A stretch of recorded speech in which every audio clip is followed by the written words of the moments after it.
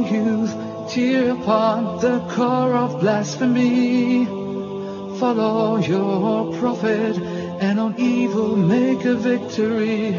Let our righteousness be a role model to our children, making new generations of believers decently upbringing, with parents as an example. As gems we shape them, fearing only Allah,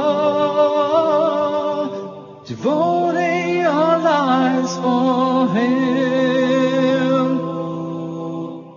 Bismillah, Assalamu alaikum, peace. Welcome to Closing the Gap.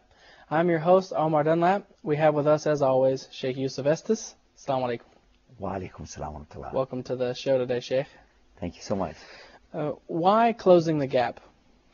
Well, we felt that the title was appropriate because there's such a large number of issues and topics out there where human beings feel like that they're being slighted one way or the other. The gap, for instance, between the genders, the gap between the youth and the elders, the gap between various status in working, the work field, and education. The list goes on and on. So we thought that that was a good title. And then we're trying to provide solutions for these particular problems based on logic, common sense, and of course what Islam teaches us about it. Very good. Do you have a specific topic in mind today? What do we need to discuss today? I think that one of the biggest ones to start with right from the beginning is the issue of the gender gap. Men versus women. Very good. So how do you see the current situation between men and women?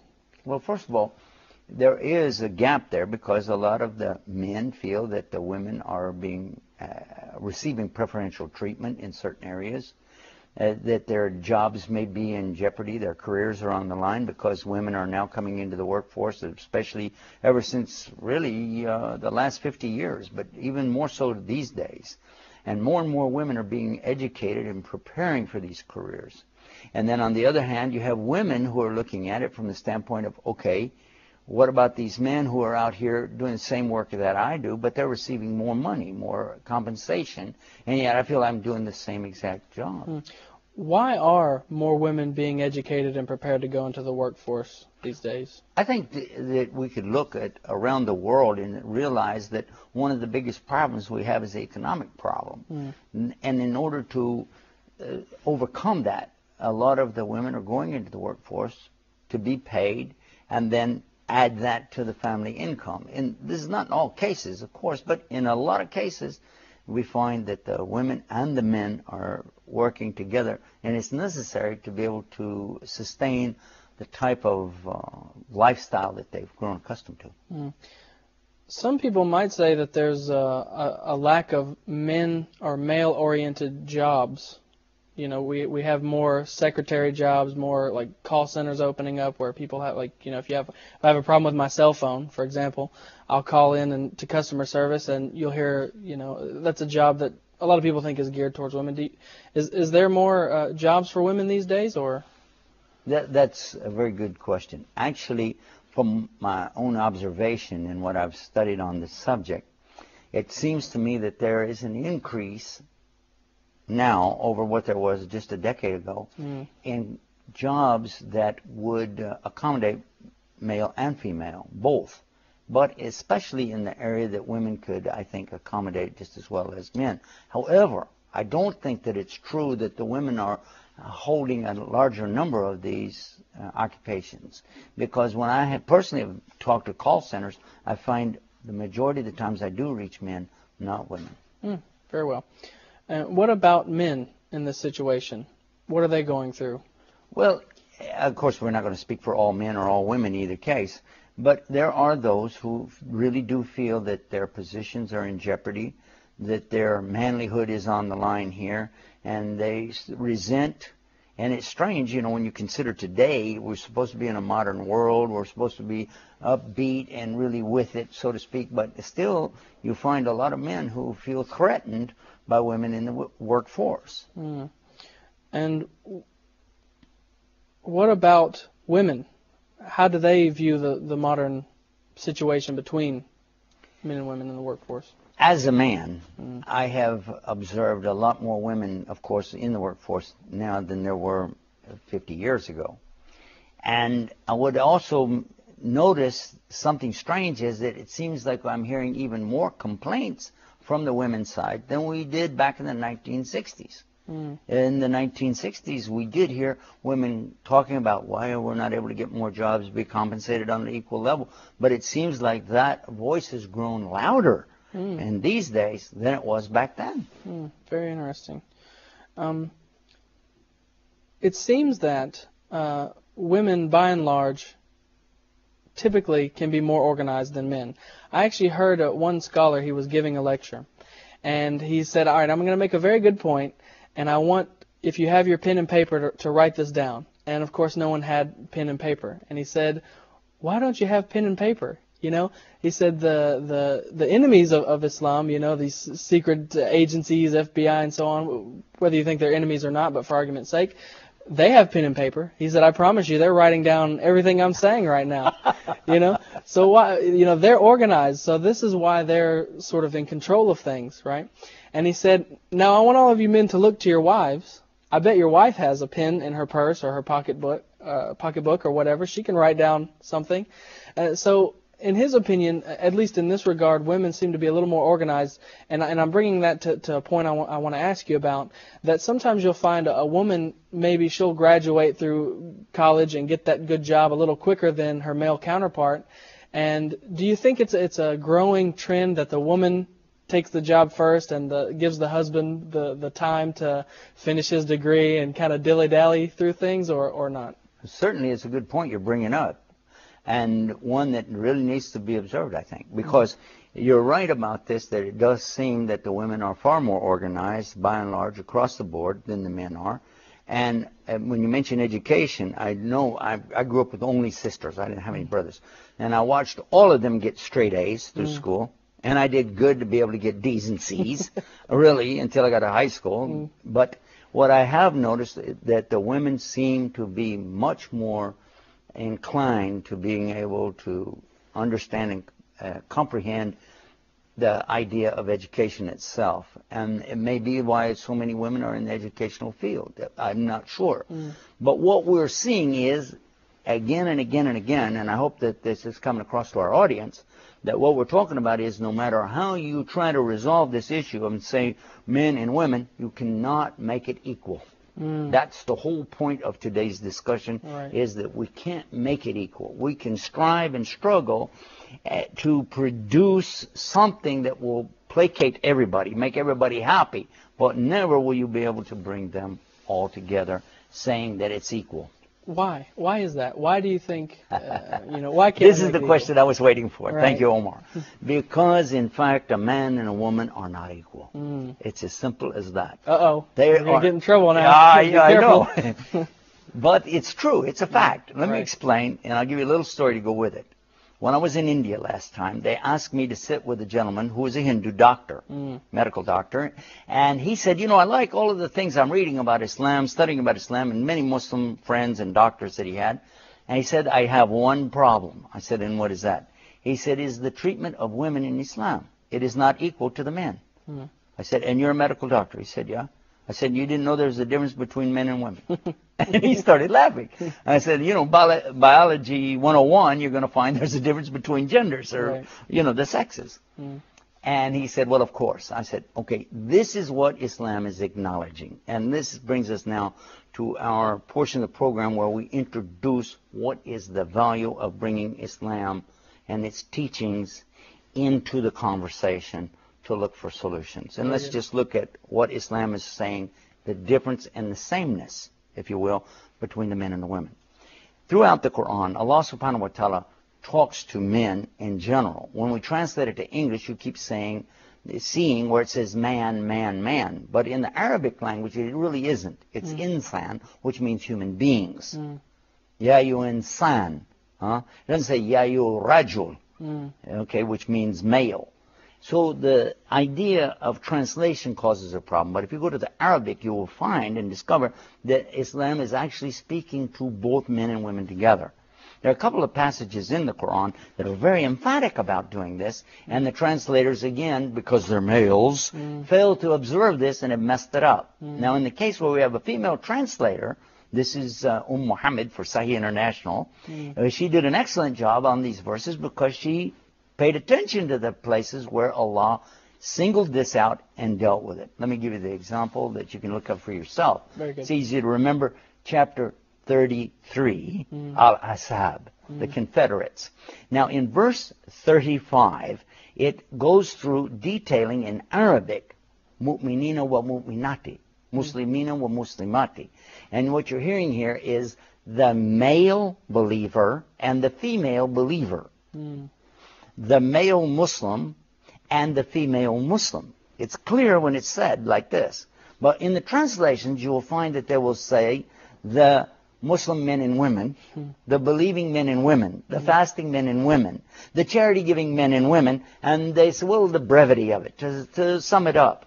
But if you're going to be true to the Arabic and the presentation of it, only this one translation, called Sahih International, deals with it in an appropriate form by bringing both together. Because it's a setup for the next verse, verse 36, where it said it is not, and this is Allah subhanahu wa ta'ala, God Almighty telling us, it is not appropriate, it is not correct for the believing man, nor for the believing woman, that when Allah and His Messenger have decided on any matter, that they have any resentment in their heart, but that they will accept it totally, and this is it without any further discussion. This actually reminds me, this point that the verse is making reminds me of a hadith that says that the Prophet ﷺ said that no one is truly a believer until their inclination is in accordance with what I have brought. And this is something, these sorts of hadiths deal with every human being. It's not something that, no person, no human being is a believer. So in one of our programs, we're going to be, inshallah, God willing, talking about the gaps between faiths and beliefs. And we will really be able to explore that one. But in our program today, what I wanted to try to stay with is this subject of the male-female thing. Because when I was explaining this to the doctor in India, he said, I didn't catch that because I was reading only translations. I said, well, have you studied Islam? He said, actually, yes, for some years. I said, can I ask you a question? Do you know what the very first thing is that a person has to do to be a Muslim? He said it himself, Shahada. I said, okay, the Shahada is the declaration to believe that there really is only one God and that Muhammad is his messenger, bringing that message to worship God, not what he created. He said, yes, the Shahada is number one. I said, is it the same for men as it is for women? He said, yes. I said, exactly. There's no difference. For the male nor for the female, they must say the Shahada the same way. Not a different language, not a different style. They don't have to jump up and down or anything. It's the exact same thing. Right. Okay. I said, okay, what's the second thing? Do you know? After Shahada. He said, is it the prayers? I said, yes, it is. As soon as you've said the Shahada, it's time to begin to establish the proper worship of that one Almighty God. Okay, now is that going to be the same for the male and the female? He said, you tell me. I said, well, all Muslims, male or female, have to pray 5 times a day, yes or no? He said, well, yes, that's true. And they would have to face the same direction, yes. Saying the same language, yes, yes. And they would pray every day, 5 times a day, yes. Yes. All week long. Yes. All month long. Yes. No. That's right. Because women do not pray during their monthly cycle. He said, well, no, you're right. He said, I do remember reading that. I said, and they must not pray. At the same time, Allah will reward them as though they did pray for those 7, 8, 9 days, whatever it might be. Do they have to make those days up? No. And they're fully rewarded. Now, where is this equal? This is not equal. Is it? It's actually, they get a little extra benefit. It's made a little easier for them, you could argue. Well, not only that, but it's accepted. I'm not sure my prayers are accepted all the time because maybe I wasn't paying attention, concentrating, Right. But so she doesn't have to make wudu. She doesn't have to dress up for the prayers. She doesn't have to do the salah. Don't have to go and relax. Take it easy. And when it comes to the subject of salah, there's another point. A man in Islam is rewarded the most by going to the front line of the mosque and standing there or sitting there waiting for the prayer to come in. Then he prays and he's getting his most reward. The Prophet, peace be upon him, told us that the woman gets the most reward in the back of the mosque, or more if she just stays home, even more if she prays in her own private secluded area. The most for her is staying home, take it easy, pray in your secluded area. She doesn't have to stop cooking. She doesn't have to stop taking care of kids. She doesn't have to run off and find a babysitter. No, that's his job. Her job is a lot easier for her. His job is easier for him, though, because he's out in the field, he's working, whatever, he needs to stop, go to the closest congregation of prayer, pray that, and go back to work. Very good. So here we're looking at dealing with the subject at hand. Where is the man and what's he doing? Where is the lady and what's she doing? So Islam is treating them according to their respective roles. Well, Sheikh, this is a very interesting and engaging conversation we're having. I don't want anyone in our audience to go away. We're up against a hard break, but we'll be right back. So don't go anywhere. We'll come back and finish this conversation, inshallah. You're watching Closing the Gap. Fearing only Allah, devoting our lives for Him.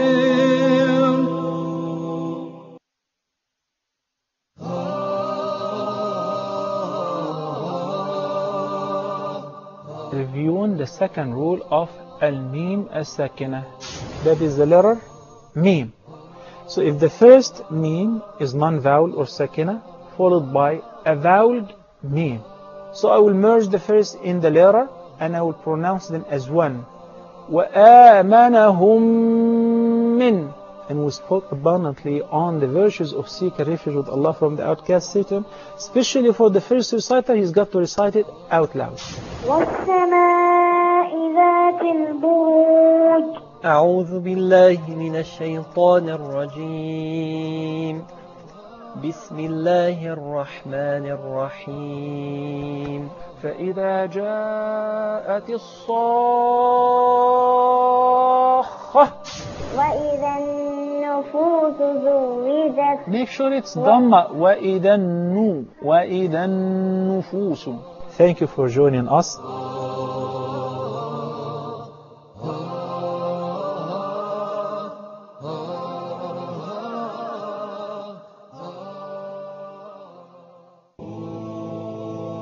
Fearing only Allah,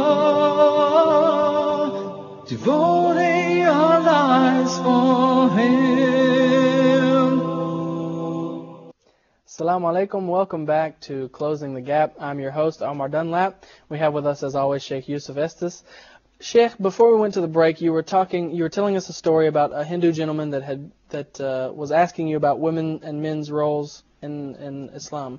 Yeah, it was a medical doctor, and he was talking about the inequality between men and women in Islam. He said it's not the same, and as we already discovered, the Shahada is the same. They both say the same thing. But when it comes to Salat, of course, the women and their prayers have a different role than the men. So it is physically different in that they don't pray at the same times all the time because of their monthly cycle. But otherwise, they'll play on the same schedule. And also, where they pray will get more reward for a woman at home. Man gets more reward if he's out in the field and with a group and so on. So then we came to the next subject, and I asked him, do you know what the third one is? The third pillar of Islam. He said, it's the charity, isn't it? The zakat. And I said, yes. It's the same for men as it is for women. The difference is in money itself. A woman keeps all of her money. But a man must spend his money on the women, his mother, sister, wife, daughters, and general women in public who need help and assistance. All the men are responsible to help all the women financially. This is a law in Islam. It's not so for the women. The women are not obliged to pay for the bills, take care of the men, take care of the brothers, fathers, and their children. The women's wealth is their own, which explains why women receive a different portion in inheritance because they keep it all, whereas the men have to spend it all on the women. But to come back to the subject of the zakah, it is calculated exactly the same for the men as it is the women. It's once in the year after you've had property for a year or longer. Then you calculate the value, and the 2.5% then is distributed to the poor. by your choice what you think, who in your family maybe is the most poor that needs it, etc. So this becomes a point to look at where the man is different from the woman and how does Islam treat it. We went to the next subject and I said, okay, now what about fasting? He said, okay, fasting is the same. I remember that. We both start at the same time of the day, break our fast at the same time of the day, and we do our prayers the same during the fasting. We have the Tarawih. Women can come and be there for the Tarawih just as the men. But again, during their monthly cycle, the women don't fast and they don't pray, but they're still getting the rewards. However, the women will make up the fasting days during another time of the year their choice. They can pick nice, comfortable days, short days, cool days to do their fasting. So again, it's not the same, but it accommodates the woman at that time of the month and giving her blessings for her suffering that she's going through and so on, and rewards, making it easy for her. Okay, then Hajj. Okay, Hajj is obligation on all the Muslims as well. In the case of the man and the woman, when Allah makes a way for you to go, and it's safe, then you must go at least once in your life for this pilgrimage to Mecca. However, in the case of the woman, if she doesn't have a male to accompany her, which is her mahram in Arabic language, meaning her husband or her father or her brother or a mature son, then she shouldn't go. And if she doesn't ever have such availability, then in the next life she'll still have the reward as if she went. Now, none of these things that I described are really 100% equal, are they? No. But, and I like this from Dr. Jamal Bedaway in Canada, he said, it's not about equality, it's about equity. It's all about equity. Right. Allah is giving to the woman what she needs most and giving to the man what he needs most. So this, I'm saying that we should look at the situation today around the world and not try to force a round peg in a square hole, but rather observe where the round holes are and line up the round pegs. And where we find square holes, find the square pegs. And make each of them complement each other. Men and women certainly can be educated, work together, and even have social status together as long as we take in consideration the differences between the men and the women and then accommodate them accordingly. You'd observe that as I would, that when we go into any public place, then there's a need for the call of nature. We will look for the restrooms. Yeah? And you and I are going to look for the little image of a man or the head of a man or the woman. We were not going to be impressed with the idea that, oh, it's all for one and one for all. Go ahead. Some countries have tried this. Some places have tried this, what they call unisex. And they find that when there is this availability of the choices, you will find the vast majority would much prefer men to use the men's facility, ladies use the ladies' facility. Men on the one hand saying, oh, I don't want this girly stuff. And the women on the other hand saying, I sure don't want those men using the same facility that I use. And for their own obvious reasons. So if we understand that this is something natural that is built into us from birth, then it only makes sense that we look for the natural solution. So what was the response of this Hindu brother, medical doctor, that you were telling me this? And I forgot the best part of it. When we got done, he said, you realize that I have now made my commitment. I said, to what? He said, this was my only objection to Islam, but I didn't consider that. He said, this is the perfect solution to problems even we're dealing with in medicine today. Ashhadu an la ilaha illallah, ashhadu Muhammad Rasulullah. And I said, now, are you serious? He said, yes. So I gathered the brothers around that were there. Dr. Zakir Naik was there. In fact, that's who introduced me to him. And all of us together witnessed this doctor enter into Islam. And he said, I bear witness there really is no God to worship except the one true God, Allah. And I bear witness Muhammad is his messenger. MashaAllah, that's a very nice story. I want to get your thoughts on something that actually happened to me when I was in America. A lady came up to me and she said, your book says that men are superior to women. And I said, where is that? And she opened the Quran, and she had it marked it right here. Chapter 4, verse 34. And Surah An-Nisa. Yeah? I believe so. I can't remember the exact number. It but starts out, if you're talking about it's in the women. It's called the women. Chapter 4, verse 34. Right. It says Rajulun. Yes. Rajul. Rajul is male, not men, in the sense of mankind, but men in the sense of male specifically. And it says Rajul here. And it's very important because it says the man is having this power, kawi, over what? Over the women. But how? An-Nisa is the word women, okay? It's showing that he has the responsibility. The responsibility over the woman, not that he has the power in the sense that she has to cow down to him and that he's going to walk in and kick her around and things like this. Although some people have tried to make it appear that way, especially in translations. But obviously, if you know the Arabiya, you'll look at it, especially when you read how did Prophet Muhammad, peace be upon him, demonstrate to us to fulfill this, you find that the man has a huge responsibility. Because in addition to going out and working and bringing in the money, and it tells you that he provides for her from his own rizq. Right. He has to give from his provision to care for his family. That's his responsibility, not hers. But it goes on and it gives us a little bit more by showing us in his example that when he came home, he washed his own clothes. Right, yeah. He cooked food. He cleaned up afterwards. He helped in taking care of many of the household chores and saw that as his own duty. Not that he was doing a favor for her, but rather he's fulfilling another part of this position of power. Right. That allows giving him over the woman. Exactly. This is what the first thing I do whenever someone brings me a Quran verse and says, "Oh, this is the problem," you know.